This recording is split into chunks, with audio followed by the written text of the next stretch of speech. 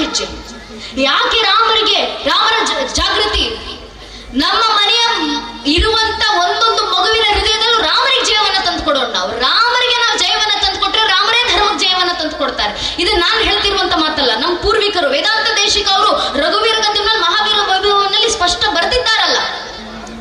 ಹಿರಿಯರು ಬರೀತಾರೆ, ದಶೋಧನ ದಮಿತ ದೈವದ ಪರಿಷದ ಅಭ್ಯರ್ಥಿತ ದಾಶರಥಿ ಭಾವ ದಿನಕರ ಕುಲ ಕಮಲ ದಿವಾಕರ ದಿವಿಷದಧಿಪತಿ ರಣಸಾಚರಣ ಚತುರದ ಶರತ ಚರ ಮರಣ ವಿಮೋಚನ ಕೌಶಲ ಸುತ ಕುಮಾರ ಭಾವ ಕಂಚುಕಿತ ಕಾರಣಾಕಾರ ಕುಮಾರ ಕೇಳಿ ಗೋಪಾಯಿತ ಕೌಶಿಕಾಧ್ವರ ರಣಧ್ವರ ದುರ್ಯ ಭವ್ಯ ದಿವ್ಯಾಸ್ತ ಬೃಂದ ವಂದಿತ ಪ್ರಣತ ಜನ ವಿಮತ ವಿಮತಣ ದುರ್ಲಳಿತ ದೋರ್ಲಳಿತ ತಣುತರ ವಿಷಕವಿ ತಾಡಣೆ ಖಂಡಿತ ವಿಶರಾರು ಶರಾರು ತಾಟಕಿ ಅಂತ ಸ್ಪಷ್ಟ ರಘುವೀರ ಗದ್ಯಂನಲ್ಲಿ ಬರೆದು ಹೋದ್ರು ನಮ್ಮ ಹಿರಿಯರು. ಅರ್ಥಾತ್ ಧರ್ಮಕ್ಕೆ ಸಮಸ್ಯೆ ಬಂದಾಗೆಲ್ಲ ಧರ್ಮ ರಕ್ಷಣೆ ಮಾಡಲಿಕ್ಕೆ ರಾಮರೇ ಅವತರಿಸಿ ಬರ್ತಾರೆ.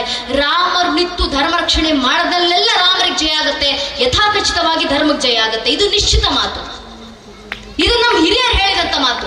ಆದ್ರಿಂದ ನಾವು ರಾಮರಿಗೆ ಜಯ ತಂದು ಕೊಟ್ರೆ ಸಾಕು, ರಾಮರೇ ಧರ್ಮಕ್ಕೆ ಜಯವನ್ನು ತಂದು ಕೊಡ್ತಾರೆ ದೇಶದಲ್ಲಿ.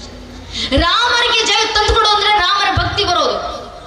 ಮನೆಯಲ್ಲಿ ರಾಮರ ಭಕ್ತಿಯನ್ನು ತರಬೇಕಂದ್ರೆ ಮಕ್ಕಳಿಗೆ ರಾಮರ ಬೋಧನೆಯನ್ನ ಮಾಡಬೇಕು, ರಾಮರ ಆದರ್ಶ ಮಕ್ಕಳಿಗೆ ಕೊಡಬೇಕು.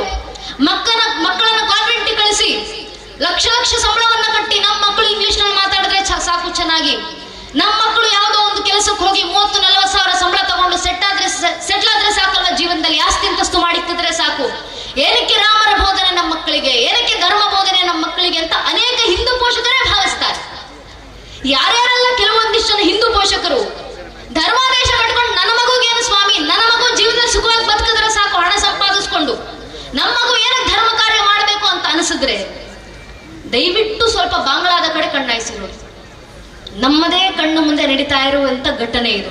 ಯಾರ್ಯಾರೆಲ್ಲ ಕಾಶ್ಮೀರಿ ಫೈಲ್ಸ್ ಸುಳ್ಳು ಅಂತ ಹೇಳ್ತಿದ್ರು, ಕಾಲ್ಪನಿಕ ಅಂತ ಹೇಳ್ತಿದ್ರು, ನಮ್ಮ ಕಣ್ಣು ಮುಂದೆ ಬಾಂಗ್ಲಾ ಫೈಲ್ಸ್ ನಡೀತಾ ಇದೆ. ಪ್ರತಿನಿತ್ಯ ದೃಶ್ಯ ಮಾಧ್ಯಮದಲ್ಲಿ ನೋಡ್ತಾ ಇದೀವಿ, ಪತ್ರಿಕೋದ್ಯಮಗಳಲ್ಲಿ ನೋಡ್ತಾ ಇದೀವಿ. ಬಾಂಗ್ಲಾದ ಹಿಂದೂಗಳಿಗೆ ಯಾವ ಪರಿಸ್ಥಿತಿ ಬಂದಿದೆ? ಬಾಂಗ್ಲಾದ ಹಿಂದೂಗಳಿಗೂ ಕೂಡ ಇದೇ ಅಲ್ಲ ಸ್ವಭಾವ ಇದ್ದಿದ್ದು, ಇದೇ ಯೋಚನೆ ಅಲ್ವಾ? ನಮ್ಮ ಮಕ್ಕಳಿಗೆ ಆಸ್ತಿ ಅಂತಸ್ತು ಮಾಡಿಕ್ಕಿದೀವಿ, ಬಿಸ್ನೆಸ್ಗಳು ಮಾಡ್ಕೊಟ್ಟಿದೀವಿ, ಮನೆಗಳು ಕಟ್ಕೊಟ್ಟಿದ್ದೀವಿ, ಕಾರು ಬೈಕು ತೆಗೆದಿಟ್ಟಿದ್ದೀವಿ, ಅಂಗಡಿಗಳನ್ನ ಮಾಡ್ಕೊಟ್ಟಿದ್ದೀವಿ. ನೋಡ್ಕೊಂತಾ ಇರ್ಬಿಡ್ರಿ ನಮ್ಮ ಮಕ್ಕಳು. ದೇಶ ಧರ್ಮ ಜಾಗೃತಿ ಕಟ್ಕೊಂಡು ನಮ್ಮ ಮಕ್ಕಳಿಗೆ ಏನಾಗಬೇಕು? ಇದೇ ಭಾವನೆಯಲ್ಲಿ ಬಾಂಗ್ಲಾದ ಹಿಂದೂಗಳು ಇದ್ದಿದ್ದು. ಈ ಪ್ರಸ್ತುತ ಬಾಂಗ್ಲಾದ ಹಿಂದೂಗಳ ಪರಿಸ್ಥಿತಿ ಏನಾಗಿದೆ? ಅವರು ಮಾಡಿಟ್ಟಂತ ಆಸ್ತಿ ಅಂತಸ್ತುಗಳನ್ನ ಇವತ್ತು ಯಾರು ಅನುಭವಿಸ್ತಿದ್ದಾರೆ? ಅವರು ಕೂಡಿಟ್ಟಂತ ಸಂಪತ್ತನ್ನ ಯಾರು ದೋಚುತ್ತಿದ್ದಾರೆ? ಅವರು ಮಾಡಿಟ್ಟಂತ ಮನೆ, ಕಾರು, ಬೈಕ್ಗಳನ್ನ ಯಾರು ತಗೊಂಡು ಹೋಗ್ತಿದ್ದಾರೆ? ಯಾರ ಕೈಗೆ ಸೇರಿದೆ? ಯಾರ ಪಾಲಿಗೆ ಸೇರಿದೆ? ಸ್ವಲ್ಪ ಯೋಚನೆ ಮಾಡಿ ನೋಡಿ. ಎಷ್ಟೇ ಆಸ್ತಿ ಅಂತಸ್ತುಗಳು ಮಾಡಿಕೋಬಹುದು, ಆದ್ರೆ ಮಾಡಿಟ್ಟಂತ ಆಸ್ತಿ ಅಂತಸ್ತಿ ಮುಂದಿನ ಪೀಳಿಗೆಗೆ ಸಿಗಬೇಕಲ್ಲ. ಸ್ವಾಮೀಜಿ ಅವರು ಮಾತಾಡ್ತಾ ಹೇಳಿದ್ರು, ಮುಂದಿನ ಸಂತಾನಕ್ಕೆ ಸಿಗಬೇಕಂದ್ರೆ ಆ ಸಂತಾನ ಸುರಕ್ಷಿತವಾಗಿರಬೇಕು. ಹೇಗೆ ಸುರಕ್ಷಿತವಾಗಿರುತ್ತೆ? ಈ ಪರಿಸ್ಥಿತಿ ಬಾಂಗ್ಲಾದ ಹಿಂದೂಗಳ ಮಾತ್ರ ಅಲ್ಲ ನನ್ನ ನೆಚ್ಚಿನ ಬಂಧುಗಳೇ, ಇದೇ ರೀತಿಯ ಪರಿಸ್ಥಿತಿ ಇದೇ ಹಿಂದೂ ಸಮಾಜಕ್ಕೆ 35 ವರ್ಷಗಳ ಹಿಂದೆ ಕಾಶ್ಮೀರದಲ್ಲೂ ಬಂದಿತ್ತು. ಕಾಶ್ಮೀರ ಸ್ಟೇಟ್ ಅಂಡ್ ಟರ್ಬುಲೆನ್ಸ್ ಎಂಬ ಒಂದು ಪುಸ್ತಕ ಇದೆ, ದಯವಿಟ್ಟು ಯಾವತ್ತಾದ್ರೂ ಓದಿ ನೋಡಿ. ಸ್ಪಷ್ಟವಾಗಿ ಬರೀತಾರೆ, 35 ವರ್ಷಗಳ ಹಿಂದಿನವರೆಗೂ ಇಡೀ ಕಾಶ್ಮೀರದಲ್ಲಿ ಅತ್ಯಂತ ವಿದ್ಯಾವಂತ ಸಮಾಜ ಯಾರ್ದು? ಕಾಶ್ಮೀರಿ ಹಿಂದೂಗಳದು.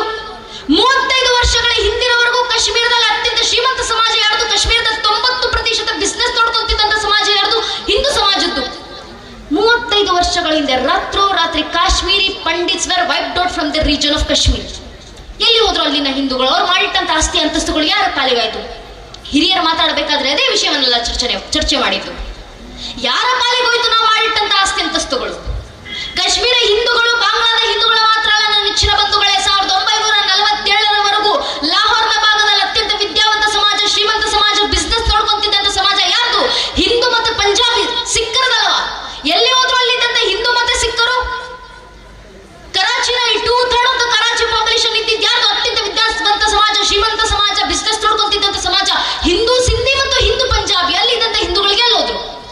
ರಂಗೂನ್ನ 1/3 ಆಫ್ ದ ಪಾಪ್ಯುಲೇಷನ್ ಅತ್ಯಂತ ವಿದ್ಯಾವಂತ ಸಮಾಜ, ಶ್ರೀಮಂತ ಸಮಾಜ ಹಿಂದೂಗಳು. ಅಲ್ಲಿದ್ದಂತ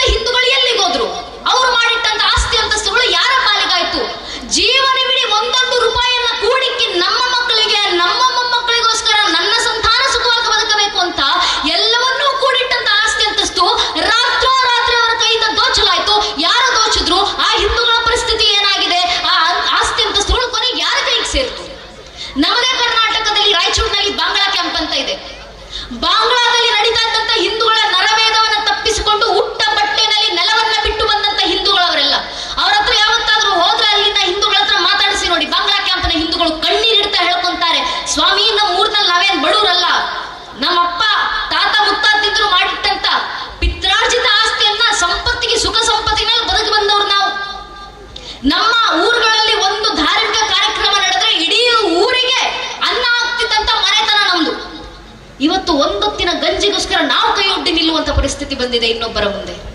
ಏನು ಮಾಡೋಣ ಅಂತ ಬಾಂಗ್ಲಾ ಕ್ಯಾಂಪ್ನ ಹಿಂದೂಗಳು ಹೇಳುವಂತ, ಕಣ್ಣೀರಿಟ್ಟು ಹೇಳುವಂತ ಮಾತು. ನಮ್ಮದೇ ಕರ್ನಾಟಕದ ರಾಯಚೂರಿನಲ್ಲಿದ್ದಾರೆ ಬಾಂಗ್ಲಾ ಕ್ಯಾಂಪ್ ಹಿಂದೂಗಳು. ಆ ಹಿಂದೂಗಳು ಯಾಕೆ ಆ ಪರಿಸ್ಥಿತಿ ಬಂತು? ಕಾರಣ ಇಷ್ಟೇ, ಆ ಹಿಂದೂಗಳು ಇದೇ ಯೋಚನೆಯಲ್ಲಿದ್ರು.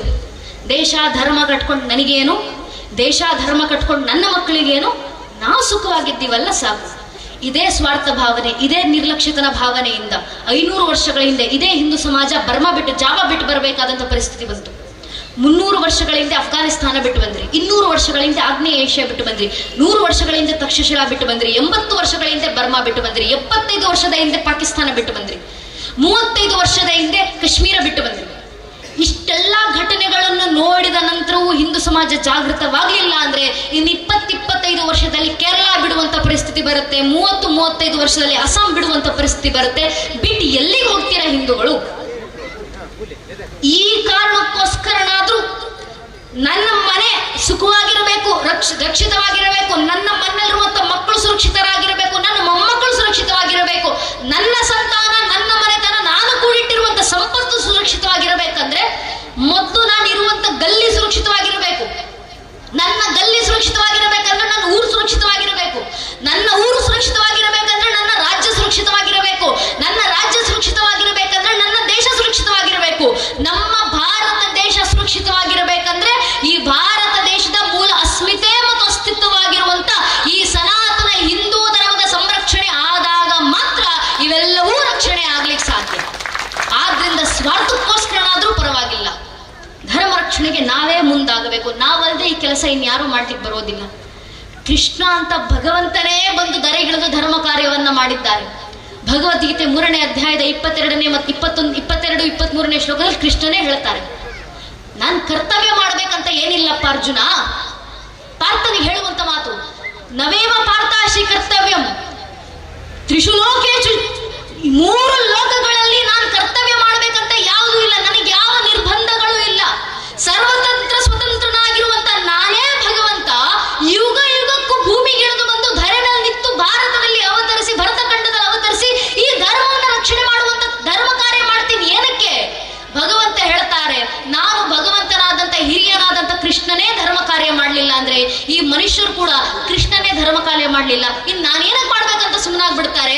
ಆ ಜನರಿಗೆ ಧರ್ಮ ಕಾರ್ಯದ ಪ್ರೇರಣೆ ಕೊಡ್ಲಿಕ್ಕೋಸ್ಕರನಾದ್ರೂ ನಾನು ಯುಗ ಯುಗಕ್ಕೂ ಅವತರಿಸಿ ಬಂದು ಧರ್ಮ ರಕ್ಷಣೆ ಕೆಲಸ ಮಾಡ್ತೀನಂತ ಕೃಷ್ಣ ಕೊಟ್ಟಂತ ಮಾತು. ಭಗವಂತನೇ ಧರ್ಮ ಕೆಲಸ ಮಾಡ್ತಿದ್ದಾರೆ ಅಂದ ಮೇಲೆ ನಾವು ಮನುಷ್ಯರಾಗು ಈ ಧರ್ಮದಲ್ಲಿ ಹುಟ್ಟಿದ್ದೀವಿ, ನಾವು ಮಾಡ್ಲಿಲ್ಲ ಅಂದ್ರೆ ಹೇಗೆ ಸ್ವಾಮಿ? ಈಶಾವಾಸಿ ಉಪನಿಷತ್ತಿನ 2ನೇ ಮಂತ್ರದಲ್ಲಿ ನಮ್ಮ ಪೂರ್ವಿಕರೇ ಹೇಳಿದ್ದಾರೆ, ಕುರ್ಬನ್ನೇವೇಹ ಕರ್ಮಾಣಿ ಜಿಜಿ ವಿಶೇಷತಗುಂ ಸಮಾಹ. 100 ವರ್ಷಗಳು ಜಗತ್ತಿನಲ್ಲಿ ಬದುಕಬೇಕು. ಆ 100 ವರ್ಷ ಹೇಗೆ ಬದುಕಬೇಕು? 100 ವರ್ಷಗಳ ಕಾಲ ಧರ್ಮ ಕಾರ್ಯವನ್ನ ಮಾಡ್ತಾ ಬದುಕಬೇಕು, ಅದು ಸಾರ್ಥಕ ಜೀವನ. ನಮ್ಮ ಪೂರ್ವಿಕರು ಉಪನಿಷತ್ತುಗಳಲ್ಲಿ ಹೇಳಿದಂತ ಮಾತು. ಧರ್ಮ ಕಾರ್ಯ ಮಾಡೋಣ. ಧರ್ಮ ಕಾರ್ಯ ಹೇಗೆ ಮಾಡ್ತೀವಿ? ಬಂದು ಇನ್ನೊಬ್ಬರ ವಿರುದ್ಧ ಹೋರಾಟ ಮಾಡುವಂತ ಅವಶ್ಯಕತೆ ನಮ್ಮ ಧರ್ಮಕ್ಕಿಲ್ಲ. ಧರ್ಮ ರಕ್ಷಣೆ ಮಾಡಬೇಕಾದ್ರೆ ಇನ್ಯಾರದೋ ವಿರುದ್ಧ ನಿಂತು ಹೋರಾಡುವಂತ ಪ್ರಮೇಯವೇ ನಮಗಿಲ್ಲ. ಕಾರಣ ಆ ಕೆಲಸ ನಮ್ಮ ಹಿರಿಯರು ಮಾಡಿದ್ದಾರೆ. ಅವರು ಮಾಡಿ ಬಂದಂತ ಆ ಕೆಲಸದ, ಆ ಶ್ರಮದ ಪ್ರತಿಫಲ ಇವತ್ತು ಧರ್ಮ ಉಳ್ಕೊಂಡು ಬಂದಿದೆ. ಇಲ್ಲೇ ಬರಬೇಕಾದ್ರೆ ಶಿವಾಜಿ ಮಹಾರಾಜರ ಭಾವಚಿತ್ರ ಇದೆ. ಅಂತ ಹಿರಿಯರು ತೊಟ್ಟಂತ ಆ ಶ್ರಮ, ಆ ಧರ್ಮ ಕಾರ್ಯ, ಅವರ ಆ ಶ್ರಮದ ಪ್ರತಿಫಲ ಉಳ್ಕೊಂಡು ಬಂದಿರುವಂತ ಈ ಧರ್ಮ ಉಳಿಸಿ ಮುಂದಿನ ಪೀಳಿಗೆಗೆ ನಾವು ಕೊಡಬೇಕು. ಹೇಗೆ ಕೊಡ್ತೀವಿ? ಇನ್ನೊಬ್ಬರ ವಿರುದ್ಧ ಹೋರಾಟ ಅಲ್ಲ, ನಮ್ಮಲ್ಲಿ ಜಾಗೃತಿ, ನಮ್ಮ ಹಿಂದೂಗಳಲ್ಲೇ ಜಾಗೃತಿ ಆಗಬೇಕು. ಕಾರಣ ಈ ಧರ್ಮಕ್ಕೆ ಸಮಸ್ಯೆ ಬಂದ್ರೆ ಯಾರಿಂದ ಧರ್ಮಕ್ಕೆ ಸಮಸ್ಯೆ ಬರುತ್ತೆ? ನಾವು ಯಾರಿಂದ ಭಯ ಬೀಳಬೇಕು? ಸ್ವತಂತ್ರದ ಇತಿಹಾಸಕ್ಕೆ ಹೊಸ ಹಾದಿಯನ್ನು ತೋರಿಸಿಕೊಟ್ಟಂತ ಸ್ವತಂತ್ರ ವೀರ ವಿನಾಯಕ ದಾಮೋದರ ವೀರ ಸಾವರ್ಕರ್ ಅವರು ಹೇಳ್ತಾರೆ. ವೀರ ಸಾವರ್ಕರ್ ಹೇಳಿದ್ರು, I do not fear A Muslim, neither do I fear A Christian, but I fear those Hindus who are against Hindutva ಅಂತ ಸಾವರ್ಕರ್ ಅವರು ಹೇಳಿದ್ರು. ಅರ್ಥಾತ್ ಸಾವರ್ಕರ್ ಅವರು ಹೇಳ್ತಾರೆ, ನನಗೆ ಮುಸಲ್ಮಾನರಂದ್ರೆ ಭಯ ಇಲ್ಲ, ನನಗೆ ಕ್ರಿಶ್ಚಿಯನರಂದ್ರೆ ಭಯ ಇಲ್ಲ, ಆದ್ರೆ ಹಿಂದೂ ಧರ್ಮದಲ್ಲೇ ಹುಟ್ಟಿ ಹಿಂದುತ್ವದ ವಿರುದ್ಧವಾಗಿ ಮಾತಾಡ್ತಾರಲ್ಲ ಅಂತ ಸೊಕ್ಕೋಳ್ ಹಿಂದೂಗಳು ನೋಡಿದ್ರೆ ಭಯ ಆಗೋದು ನನಗೆ ಅಂತ ಯಾವುದೋ ಕಾರಣ ಸಾವರ್ಕರ್ ಅವರು ಕೊಟ್ಟಂತ ತತ್ವ. ಈ ಧರ್ಮಕ್ಕೆ ಸಮಸ್ಯೆ ಬಂದ್ರೆ, ಅರ್ಥಾತ್ ಧರ್ಮಕ್ಕೆ ಯಾರಿಂದಾದ್ರೂ ಭಯ ಬೀಳಬೇಕಂದ್ರೆ ನಮ್ಮ ಧರ್ಮದಲ್ಲೇ ಹುಟ್ಟಿ ನಮ್ಮ ಧರ್ಮದ ವಿರೋಧಿಸುವವರಿಂದ ಬರುತ್ತೆ ಧರ್ಮಕ್ಕೆ ಸಮಸ್ಯೆ ಹೊರತಾಗಿ ಇನ್ನು ಯಾರಿಂದಲೂ ಈ ಧರ್ಮವನ್ನು ನಾಶ ಮಾಡ್ಲಿಕ್ಕೆ ಸಾಧ್ಯವೇ ಇಲ್ಲ. ಇದು ಸನಾತನ ಧರ್ಮ, ಇದು ನಿತ್ಯ ನಿರಂತರ